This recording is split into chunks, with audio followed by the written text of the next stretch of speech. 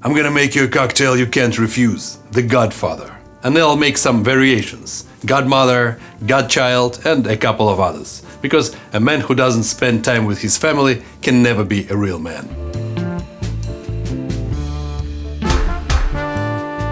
The Godfather cocktail is a 1970s classic made of 2 ingredients, whiskey and Amaretto.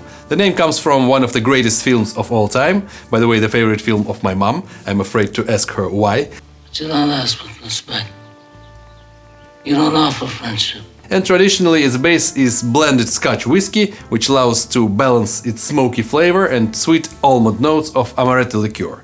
By the way, a good example of how just 2 simple ingredients can create subtle flavor nuances. The ratio everyone chooses to suit their taste, but I will do 3:1, that's 3 parts Scotch and 1 part Amaretto. I know many people prefer 1:1, 1:4, but I think that 1:1 is too sweet, but you do you. Hit like and let's start with chilling a mixing glass.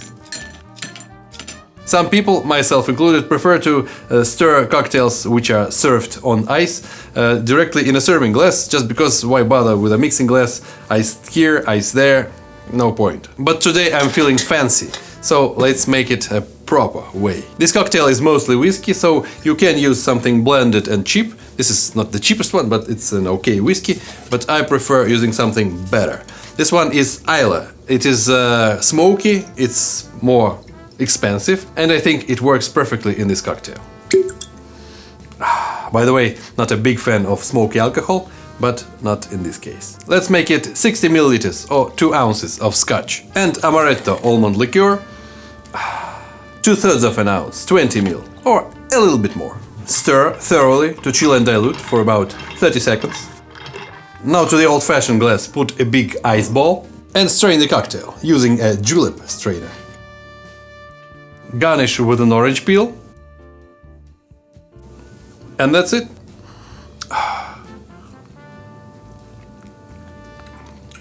It is almost like an old-fashioned, but of course not with bourbon or rye whiskey, but with Scotch. Not that many cocktails using Scotch, especially Islay, but it's my preference. The traditional way is to use something more light, more round, more blended, like blended Scotch. But overall, if your whiskey is too strong for you, this is a good way to drink it. Personally, I'm not a fan of Scotch, but this way I can enjoy it. Yes. Now let's make Godmother. It is the same thing, but with vodka instead of Scotch. I'm using a smaller old-fashioned glass, just because women are statistically smaller than men, and also I don't want to drink too much of strong alcohol today. Let's also use the ice ball and make a cocktail directly in this glass. A little bit of vodka. I'm making a smaller portion, so 1.5 ounce, 45 ml. And even that's too much for this small glass. And Amaretto. I'm using a different kind of Amaretto liqueur, just because I can. 1/2 ounce, 15 ml. Stir to chill and dilute. I'm using an ice ball, so I'm gonna stir longer than usual, just because it melts slower than regular ice. And that's it. A little bit of orange peel. And cheers. It is simpler tasting, nothing but Amaretto. It's like a stronger and less sweet Amaretto, and that's it. And I like it. I wouldn't say I like it better than the original Godfather, but it's at the same category. Just because vodka, good vodka at least, doesn't have its own flavor, it's just alcohol and water, and Amaretto gives it some taste. It tastes better with it, obviously. It's good, but maybe I should have used more Amaretto, maybe even 1:1, because vodka adds just the strength and nothing else. The next one I should make in even a smaller glass, to make use of the ever-melting ice ball. And now Godchild. I don't know who invented this one and why, but it is a shaken cocktail with cream. So to the shaker, add either vodka or Scotch. This time it's simple blended Scotch, 1 ounce, 30 ml. Amaretto liqueur, the same amount, 1 ounce, 30 ml. And cream, 20% or less, also 1 ounce, 30 ml. Fill the shaker with ice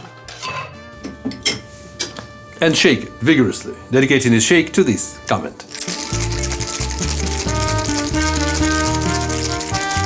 Fine strain to the chilled cocktail glass, and optionally grate a little bit of nutmeg on top. let's try the Godchild. Good. You can make it with vodka, you can make it with bourbon or rye whiskey or Irish whiskey. But if you're using Scotch, make sure it is pretty mellow, not too bright, because Scotch is known for overtaking the cocktails and other flavors. This Scotch worked perfectly. Next up is Godfather's Revenge. And it is a direct twist on the original Godfather, but made with other whiskey. Jack Daniels, 2 ounces, 60 ml. Amaretto liqueur, a little bit less this time, because Jack Daniels is sweeter. Half an ounce, 15 ml. And a splash of lemon juice. This one is regular lemon juice in a bottle. I just didn't want to cut a whole lemon just for a splash. And when I say splash, I mean a couple of milliliters. Fill the glass with ice and stir to chill and dilute the cocktail as usual. A squeeze of orange peel for garnish. And here it is, the Godfather's Revenge.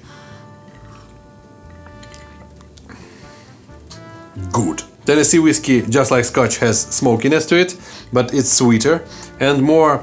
It pairs better with other ingredients. And the splash of lemon juice gives it freshness. But if you add too much lemon juice, you'll get something resembling sour, but not this one. It's an improved version of the Godfather.